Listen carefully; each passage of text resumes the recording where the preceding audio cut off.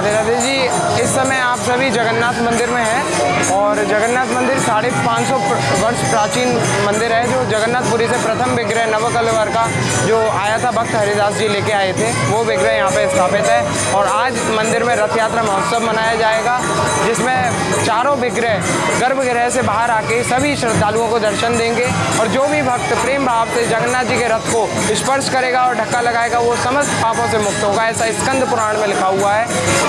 आज हम जगन्नाथ जी की सवारी निकालेंगे, जिसमें जगन्नाथ, बलभद्र, सुभद्रा और सुदर्शन चक्र का अलग अलग रथ है, जिसमें भगवान विराजमान होकर सभी भक्तों को वृंदावन में नगर भ्रमण करते हुए दर्शन देंगे।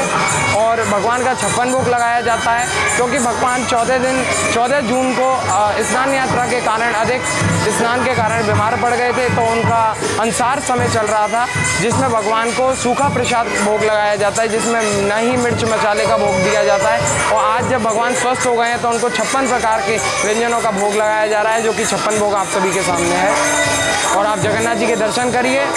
राधे राधे।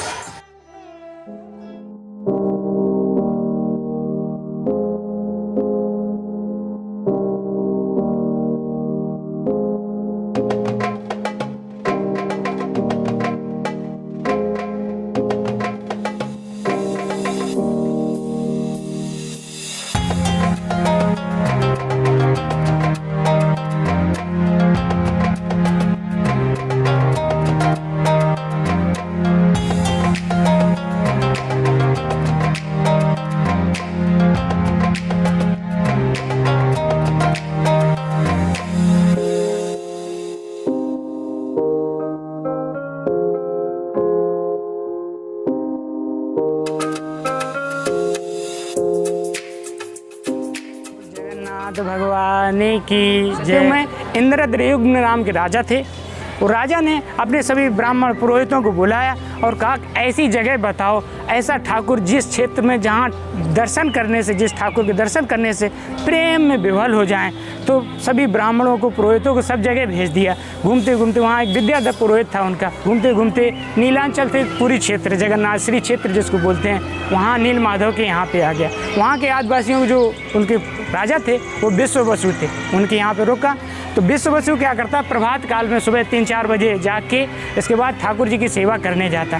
तब वो वापस आता तो इतना प्रेम में विह्वल हो जाता, क्यों, जगन्नाथ जी की आरती करके भोग प्रसाद पाके एकदम प्रेम में विह्वल हो जाता। विद्याधर समझ गया कि वही ठाकुर है नील माधव, जिसकी हमारे राजा इंद्रद्युम्न राजा जो हैं वो तलाश कर रहे हैं। वही प्रेम विगलित स्वरूप वही ठाकुर है। पर इसके दर्शन कैसे हों, तो इसके लिए जो विद्याधर और उनकी जो विश्व बसु की पुत्री थी, पुत्री विद्याधर पर मोहित हो गई। तो विद्याधर ने स्वीकृति दे दी कि हम विवाह तो करेंगे, पर एक शर्त पर करेंगे कि ठाकुर जी के हमें दर्शन कराओ।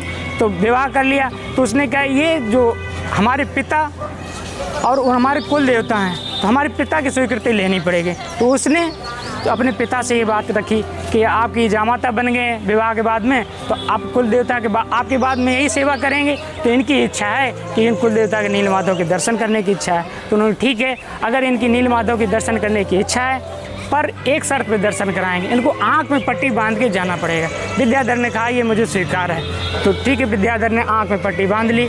पर विद्याधर ने क्या किया, एक पोटली ले ली, पोटली में सरसों जो बोलते राई होता है उसको ले लिया, उसमें थोड़ा सा छेद कर लिया और साइड में दबा ली। धीरे धीरे जाता गया, गिराता गया और उसको पता चल गया कि कहाँ पे नील माधव हैं। फिर इसके बाद में इंद्रद्युम्न राजा के पास में आके, राजा जी जिस ठाकुर की आप इच्छा जानना चाहते हैं कि वो ठाकुर कौन सा है, प्रेम विगलित स्वरूप, तो वो नीलांचल से पूरी क्षेत्र में नील माधव के रूप में। तो जब वो राजा इंद्रद्युम्न आता है तो ठाकुर जी लुप्त हो जाते हैं। तो राजा भी विह्वल हो जाता है कि ऐसा दुर्भाग्य हमारा जो ठाकुर के दर्शन भी नहीं है। तो जगन्नाथ जी कृपा करते, प्रेरणा देते, आकाशवाणी होती है कि देखो इस स्वरूप के हमारे दर्शन नहीं होंगे, पर राजा तुम मंदिर बनवाओ, नरसिंह भगवान की स्थापना करवाओ। इसके बाद द्वारका से लकड़ी बह के आएगी, उस लकड़ी से विग्रह बनवाना और विग्रह बनाने वाला भी कोई आ जाएगा।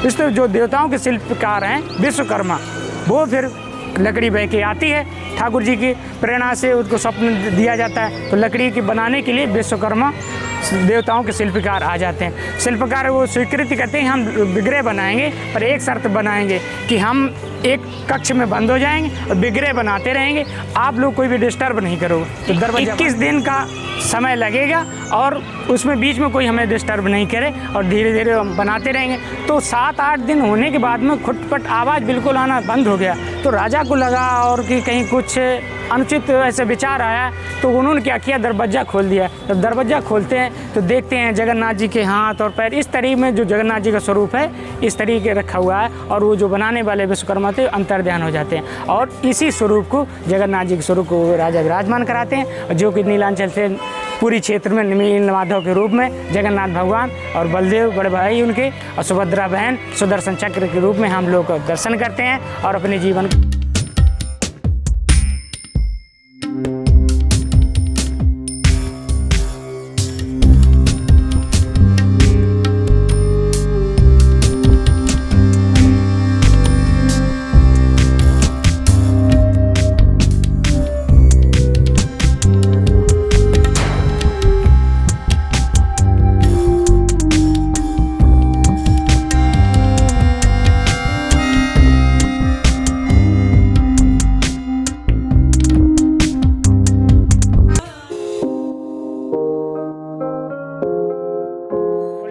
भगवान की जय।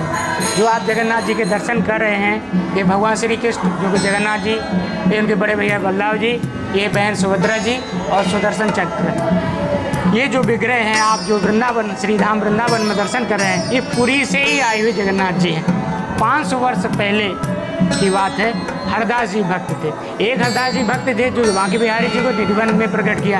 एक हरदास जी भक्त थे फरीदकोट जो जगह है पंजाब में, वहाँ के भक्त थे। तो यहाँ पर जमुना के किनारे पे जगन्नाथ जी उसके स्वरूप में विह्वल रहते थे, प्रेम स्वरूप में विह्वल देते थे। जब ठाकुर दर्शन करते और इसके बाद ठाकुर लोग तो दर्शन करते और जब प्रेम विह्वल होते ठाकुर दर्शन देता, इसके बाद ठाकुर चला जाता। तब एक बार उनकी विशेष प्रेम में विह्वल स्थिति असुर प्रवाह करे, उनकी इच्छा हुई कि जगन्नाथ जी स्वरूप की सेवा की जाए उनकी। तो विग्रह सेवा की इच्छा हुई तो जगन्नाथ जी ने कहा जाओ इस बार जो हमारा पुरी में कलेवर बदला जाएगा उस द्वितीय कलेवर को तुम यहाँ पे ले आना, उसको स्थापित करना और उसकी सेवा करना। तो ठाकुर जी की आज्ञा के अनुसार हरदास जी यहाँ से जगन्नाथपुरी गए। वहाँ के राजा थे प्रताप रुद्र। वहाँ जा कर के उन्होंने पहले पुजारी को सारी बात बताई।